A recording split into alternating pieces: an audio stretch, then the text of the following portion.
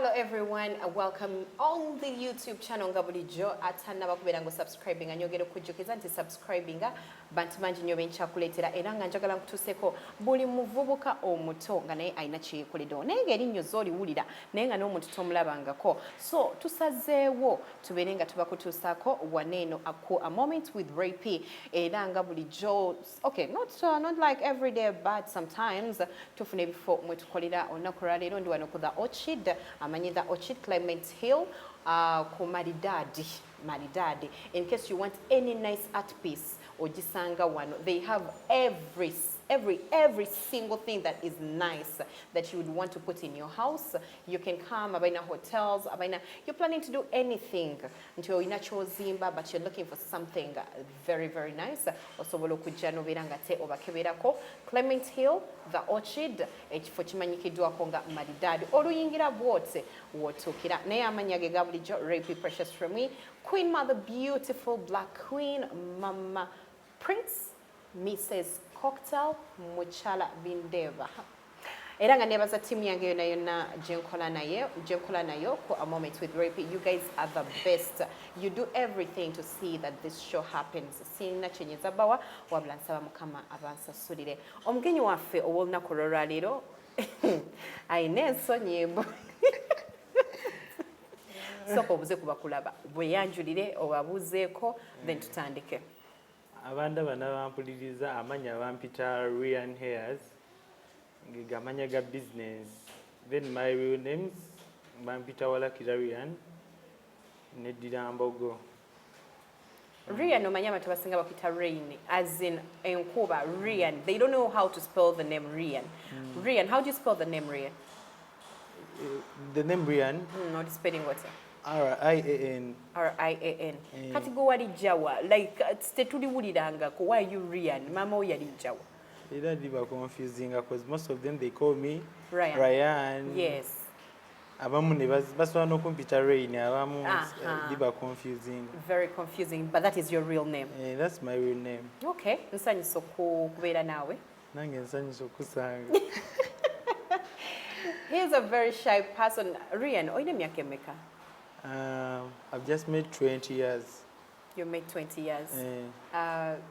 Last year, 2021? Yeah. 2021, okay.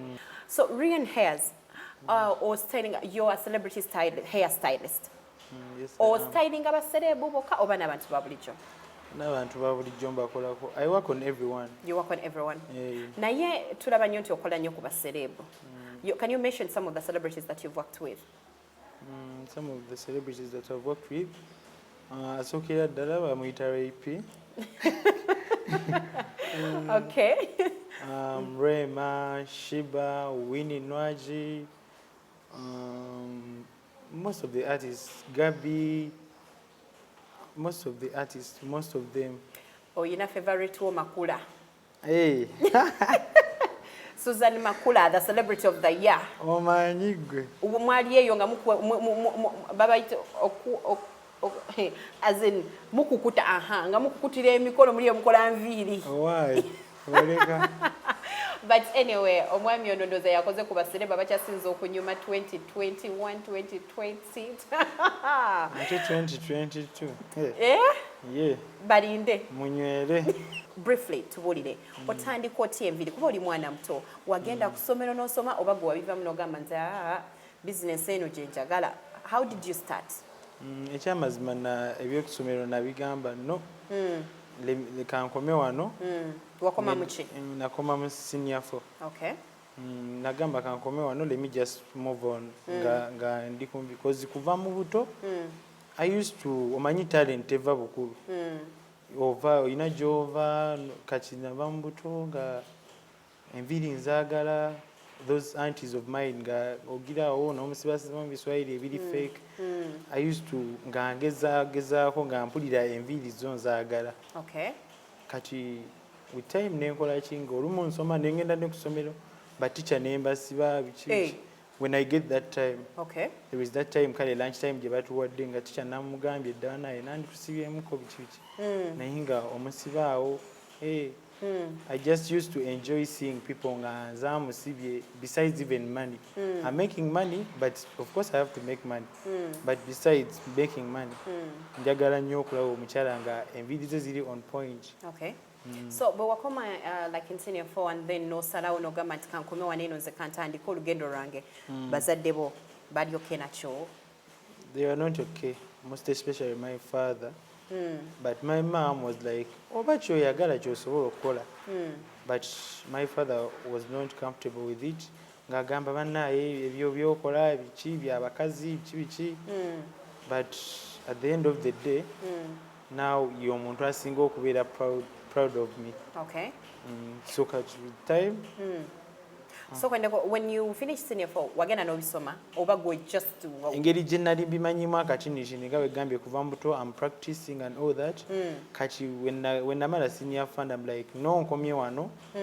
Sifuddeyo ku bantu bye banayogera bikitasomye cause parents bagambanga my mom bannaye omwana teyongedde agenda kubeera atya biki and I'm like no ezo za senior 5 ne 6 mugenda zocha zo mwandi zimpadde ne munzijigirizaamu kyenjagala because it's the thing that I want to do. Ne basooka ne bakikumbaganyako ebirowoozo naye nga nze nasazeewo nga nze. They even tried ne bagenda ne baregistering a senior 5 kinagamba no sigenda kuddayo for this and this. So kati awo olwagira ne bagamba kale tukulesewo ye kyonna kyoyagala. Ne ntambula ne nnoonya saloon wenyiza oyigira nasookereyo ku Freedom City. Eyo ne gandi awo bwentyo nasaba omulimu ng'amanyi naye nga simanyi naye nga nina that customer care. Wagenda mu saloon y'abendi nosaba omulimu nti omanyi kumbe tomanyi. Neba nembeerayo sebo nabeerayo emyezi 2. Nabeerayo emputu Kampala wa mputu gedda ate nkumanyi omanyi olemerako Rian alemerako tewali kiwanguzanga kulemerako. I know. Oli ne waku criticizing n'agamba no biki cause bangi nnyo bayogera be nasomanga nabo nga bagamba naye omwana akola ebintu by'abakazi be bakola emirimu biki naye nga nze siwuliranga nkabuulya kyoyagala. Kati there are those people who even text me nga baagala simanya sente bamuwa sente biki ate nabo baagala kati kuyiga nviiri naye nga luli bakiyisaamu amaaso. So after the 2 months there then noyingira ekibuga? Nenyingira ekibuga ne nnoonya omwami gwe bayita Grace. Reason why nanoonya Grace because in the artists abantu benyizo gamba no benjagala Winnie Nwaji. So namulaba ku Instagram ndaba ono guy yamusiba ne ngamba have to look for this place. Okay. Ne nkinoonya Kampala obugere ne bukola kiyengato ne zigwako zonna sole. Nebinoonya ne munoonya paka ye namufuna. Ne ready naye namutexting adda ku Instagram. Nga mugamba naye I would like to work with you. Kumbe nyina mission yange. I want to meet there ni. Winnie Nwaji. Yeah. So nengendayo nangamba kali kanku interview nampa interview gye yasooka okumpa yakola mayengo. Waliwo different cows waliwo mayengo ga stove. Kati stove eyo kyekyuma otakyegendereza ne bampa omuwala omuyigireko nteekamu ekyuma nga ate sinateekako eri na switch. Ogamba nga interview esooka ngigudde.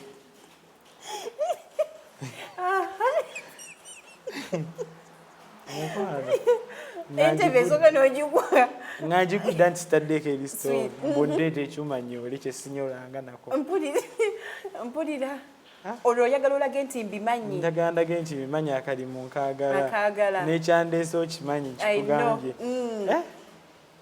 Ngamba nkoze ntya omusajja n'asirika yali musirise omwami oyo olweggulo n'angamba omanyi tomanyi nviiri. Wawulira oti? Ngamba omanyi tomanyi nviiri. Ngamba plan zange nga zigudde ebitaka. Nangamba naye what I can tell you, you're going to pay 3 million. What? Okusomesa. But wobeera ozaagala ojja ziyiga mangu Ngamba nze omunaku waabwe sente zivuddeyo ezo. I know, that is a lot of money. Ogambako ab'ewaka abo. Abo bagamba nti twagamba osome n'ogaana. Wabula ezo zo. Ngamba basaaga. nenzirayo nze kenyini neegayirira omusajja oyo nenjogera naye. So we ended up on 1.5. Okay. Naye nga mulaze nti njagala nga mulaze nti I will even work nga tonsasula biki. But ewaka they had 800 nga zibalinawo ate nga era bazisonze. Omusajja n'agamba ne tumuwaako ezo n'agamba kale endala nja zimuwa nga nkola wano I will be making that money. Okay. Nenkola then after some time in less than a month nga ntandise okwejingira ku ba clients nga simanyi kyenkola kyekituufu naye nga gwenkwatako taddamu kunyiga walala. Nga saluuni yonna abaana ne batuuka nga tebakyanjagalira ddala naye nga siina kyemmanyi kiri awo. Customer care omuntu omufaako nga ze kyagambye okikoze nolaba nga byokoze bibi naye ng'omuntu abyagadde. So nga nze natuuka time nga nzijuza abantu nga ne boss tebamulabawo nga nzijuza abantu basimba line we bati njagala oli oli omwami wa baby hair cause nayagala nnyo baby hair nga nakayiga bino ebyenviiri. So baby hair ate nga simanyi nti n'abakyala gwe basinga okwagala kubanga yalabisa enviiri obulungi ne woosiba enviiri otya ne zinyuma zitya nga you don't have edges. That's not hair. Because nga omuyimbi wanagamba this is my hit. So baby hair was my hit. So kati gwe nagalaba gwe mwagala ng'oli ajja n'okujja service n'ajja n'agamba nga baby hair by the way ku salon baali tebamucharginga mbu customers ekola baby hair yasibira wali naye nga nze I used to get tip oyo biki naye nga mukolera awo nga wendaba ebintu bakozesa kino this is nice nga bya bbeeyi but nze nga nze omanyi when you know where you come from kati nze nga manyi where I come from naye nga ebintu ebyo ngula ki naba kino neŋŋenda eyo downtown nenkinoonya nenkifuna jero ebikyo yakola baby hair by then yaliwa 150 nenzisonda ezo zibeera weeks nga 3 ensonda nenzifuna aya biki. So by the time when natuukira okukyankalana kale ne boss wange tetwakyankalana such because nali muwulize nyina empisa but you know issues by'okumulimu nga boss alabira ddala ne wabeerawo ba clients like they are used to me. Yes, mukolera sente naye alaba ba clients tebakyamuliko. So bwotyo bwovaayo bwentyo bwenvaayo yampa suspe ya 1 month. Naye omuntu gwe bawadde suspe wa 1 month nga tolina omulimu gw'omutwe what do you expect?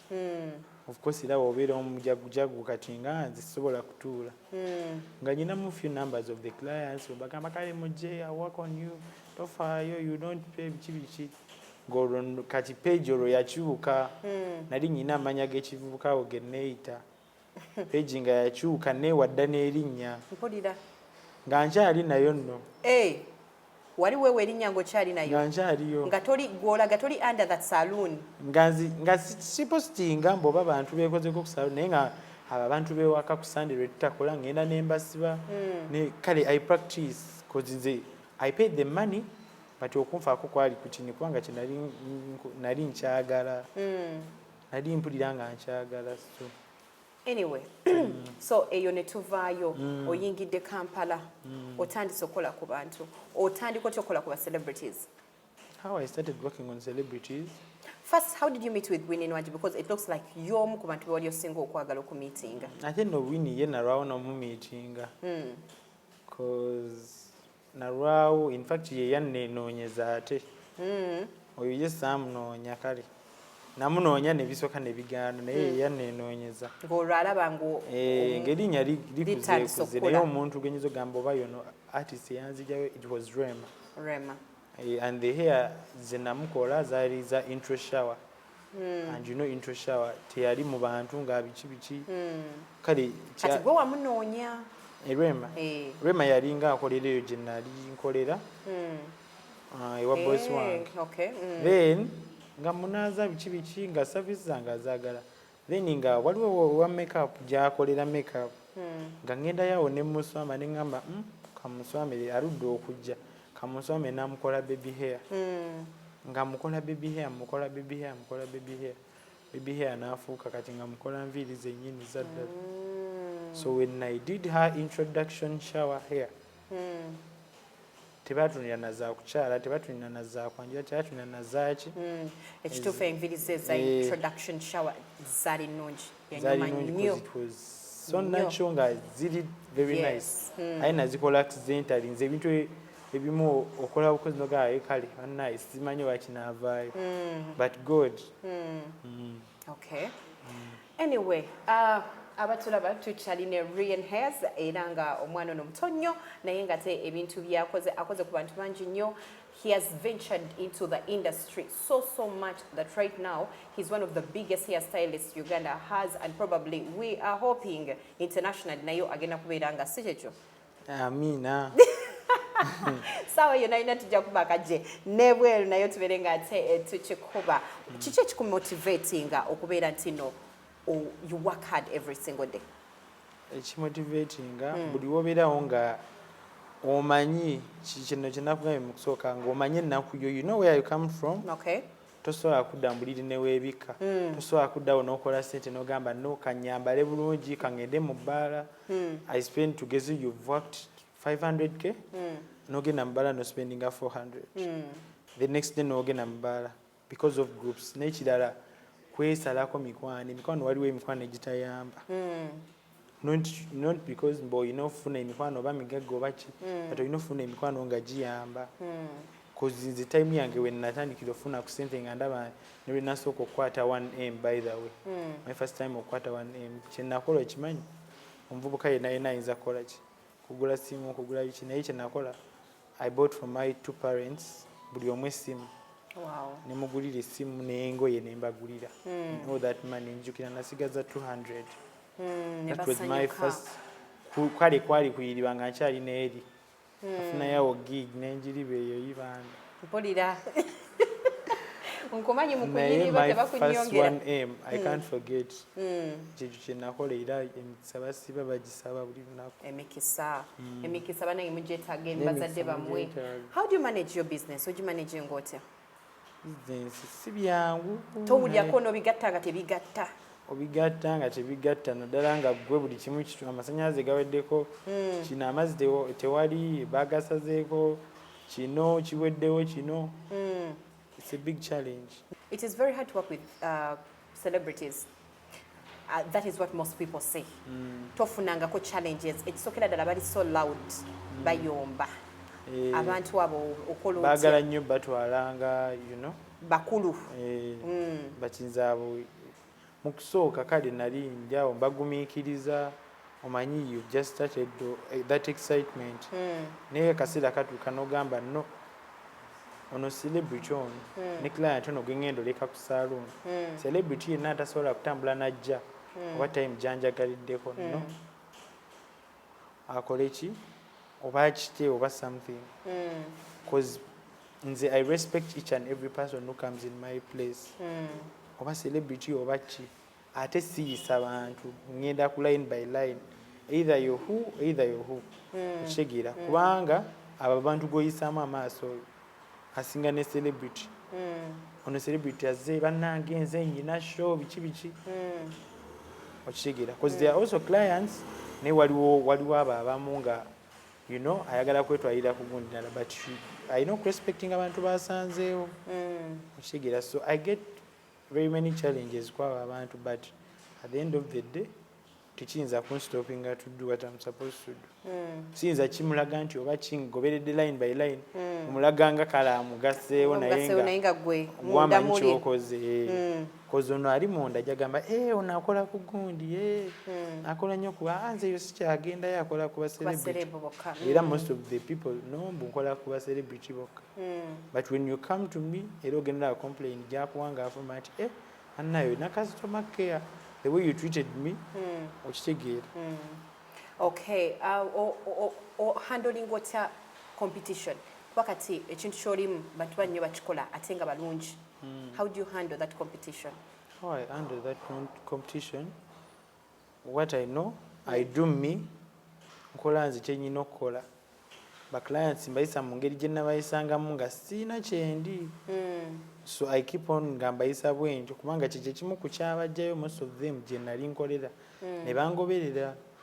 So kati competition okugihandlinga singa abantu bo bayisawo yawo lyazza client najja noga nayo naye okitegeera ngamba njagezaako omulala ne client ye naye nane wagenda nagezaako omulala ng'obadde omuyisa bulungi ojja sigala obafuna ate competition ekirala ekigihandlinga mukisa if you're blessed nebateekawo saloni neno nezibeerawo nga 10 abaryan bajja kugyewa ryan abaddako bajja kugyewaddako n'awaddako bajja kugyewaddako.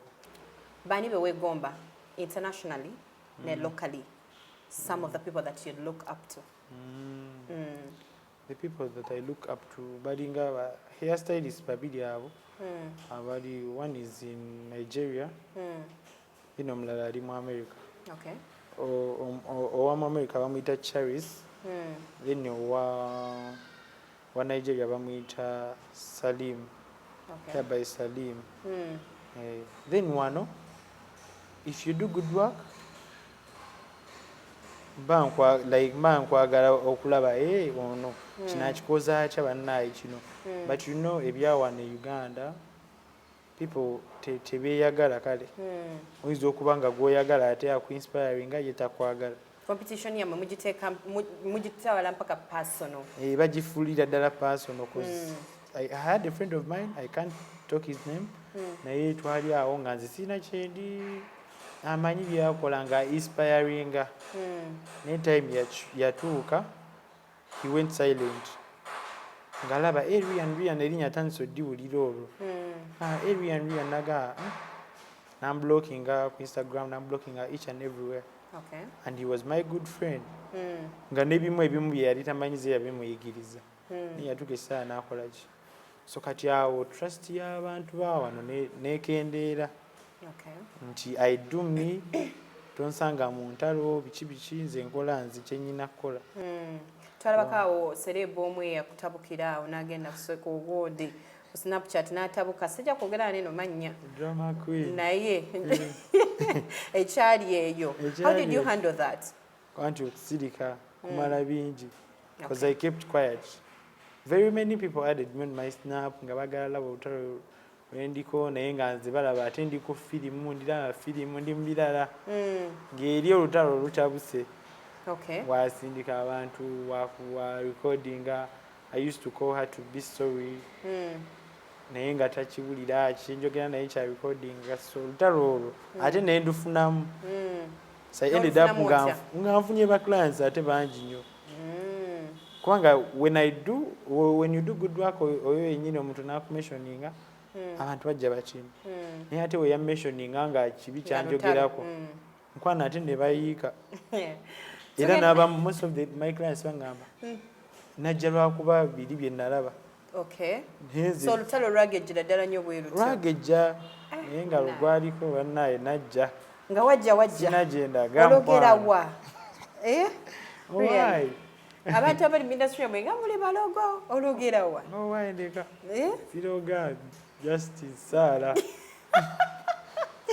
Anyway, tugenda kubeera nga tumaliriza tubuleko principles z'omu bulamu otambuza otya obulamu bwo obukugaidinga amateeka agakugaidinga okutambuza obulamu bwo buli lunaku.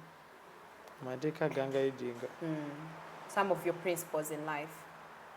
Kiyinza okugamba mbu obulamu bwange mutambuza sina principles nnyo just I'm that simple person. Nkola kyenyina kukola oba. Okay. Sina nnyo principles mbu wenki ne wenki. Ryan tejja mu buzannyo bya bufumbo because I wouldn't also want him to get married now or you know, but are you in a relationship? I am, but not a very serious one. But when do you get time for that relationship? Doesn't the person complain so much because complaining nga agenda? Okitegedde nnyo. Wanga jansanga ne business yange. Naye abantu mmwe abeeviiri and you bayira bana abantu bakikola nnyo bo beefula bo bali busy nnyo bw'okomplaininga ng'ogenda so your business is tewali agigambako. Business owaayireka tuvudde wala nayo gwe nkusanze gundi jojuzi era zoyagala zigenda va mu business. Lwaki tomuyigiriza naye enviiri najja n'ayuza bantu enviiri gye baziyigiriza muntu atayagala. era tofuna omuntu n'agamba mujagala yiga nviri nga tazaagala. You can't learn. Nze naziyigira less than a month ate nga tebanfanako nga nze neejinga. Bayita bwe abayigiriza enviri muyina omuzoogo simanyi oba naye kati b'oyigiriza bw'otyo abantu abayigiriza enviri abayigiriza makeup you go to their studios or you go to your saloons and then you don't give us attention or you don't give people attention ate ng'omuntu aba asasudde akasente ke. But sijja kuwa attention muntu nga time oba tennatuuka kubanga balina we batandikira naye we mba bye nakutandisa si byoyagala okukola oyagala kubuuka class kuba tetwabukako ku class. Yayagala kale waba alina kutandikira mu kunaaza mu mutwe ate agende ku wigs ayigire watu no ova kunaaza mu mutwe ekiswahili biki tosobola kuyiga kutungako nga tonayiga kyogenda kutungako ogenda tungako viri nka ino yigisiba ekiswahili. Okay. Okay, nga tumaliriza wali obaddeko ku pressure y'ekintu kyonna kyonna pressure from social media. Pressure yonga they want you to do what they want but nga gwe maybe tonna kituusa kikola. Bo mbabeera ye nga bagamba kola bwoti nakola bwoti lwaki tokola kino nga gundi akola kino but oli gondi nange nze Rian. But what I do for those comments, I delete.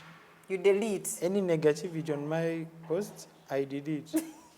Kubanga wo nawe banvumira bajja kuba balujja olutalo by the way ku Snapchat ne lujja ku Instagram. Ne ku Instagram ne lujja naye nga nze ndiliitinga nga nno wempostinga n'eri waka nga nno wenfuna n'ababookinga okumanya nakyayi kigenda mu maaso ate nga siina gye ndaga mukwano. Ye ng'okyesibyeko nnyo. Wendi. Woli abantu bonna abanjagadde okubeera nga Rian enkya abavubuka bonna abanjagadde okubeera nga Rian enkya oyinza bbawa amagezi ki? Amagezi genyinza obbawa basooke beeresigana amasanyu g'ensi cause tulina time Katonda gy'akuwa ey'okukola kati tosobola kulemererwa kukola mu myaka 2 10 nolowooza ojja kukola myaka 4 mbunja kukola eyo baaso we ya papye no cause even nze we natandika okukola nga situnuulira ekyo kintu kubanga omuvubuka yenna ndalegamba nyina okwambala obulungi nyina obeera nakino ekirungi nyina ogula emmotoka biki bandabe ebyo byonna and I used to have that money ebigula ebyo byonna ebintu naye kye nazo okukola my location my ng'omuntu your things to invest because this is the right time I'm supposed to invest time egenda tuuka nga sikyaliko of course nga saagamba ngudde naye nga kakulikate kati abalala nga kulika nga nyina ba clients nga nkola naye nga Rian oli nga gyebali era bangi nnyo tubamanyi. I will not mention they are still good, they do good work, they still get their clients naye kati sigemanya tebagetwogerako nkugambidde nti nange siri awo mbu ndi wakabi nnyo but there are those people tebabamanyi. Okay, location yo omuntu eyandyagadde okunoonya Rian Hairs amusanga wa? Location ndi ku California Plaza, Rome Street, L17 ground floor. Okay. Then social media? My social media handles at Rian Hairs ku Instagram, at Rian Hairs ku Twitter, at Rian Hairs ku Facebook, at Rian Hairs ku Snapchat naye ejja kuleetera erinnya eddala Trap Boys. Kozirero byegega agiddagira ayi neriremerayo nga page oyina ogiyiwa ate edikite zikawo mangu anti bulijjo mbeera ngakwebuuza era omeshoninga wali at Rian Hairs ekuleetera Trap Boys omanya amanya ga Snap naawe ziriyo si eriri mukwano eryange eriryo lyeryo Queen Ma nga tewaliyo Miss Pindeeba siibula abakulaba Wanda mbasiibula baagala nnyo. Thank you for loving me. Thank you for supporting me. Bonna abansupportinga n'abatannasupportinga. Mambi you should come through. Mandize ne musupporting omwana omuto ate nga wakabi. Ebyo byoyagala. Anyway, thank you so very much ono ye Rian Hairs ababadde tebamanyi erinnya nga muliwulira so many times mpita eyo ate ku mukolo gwange bantu bangi nnyo abajja mu inbox yange nga mumbuuza ani yakola enviiri ono omwami ye yankola enviiri era nga nalabika bulungi nnyo siyinza nokukiwaayiriza oba kukirumamo. He did my hair perfectly. I could not ask for more than that. I looked perfect. Indeed, he's young, like he said. naye oba kikoleyo omukolo omulala kubanga akavidiko bambi bakasabye oba kantamye. I love you guys. Keep subscribing on my YouTube channel, Rapey. Eranga program ino oba sheno tujise a moment with Rapey. Nyongero kujukiza until osobola kujana ino mukifo kyetulimu in case you love art pieces like these. Tuli ku the Orchid. Or woyingira bwoti munda Clement Hill woyingira bwoti munda ku the Orchid ojja kusanga ekifo ekimanyikidwa konga Maridadi has very nice art pieces nti buli muntu yandyetaza okubeera nga ayitawo alabe what they can buy. I love you so much. Bye bye.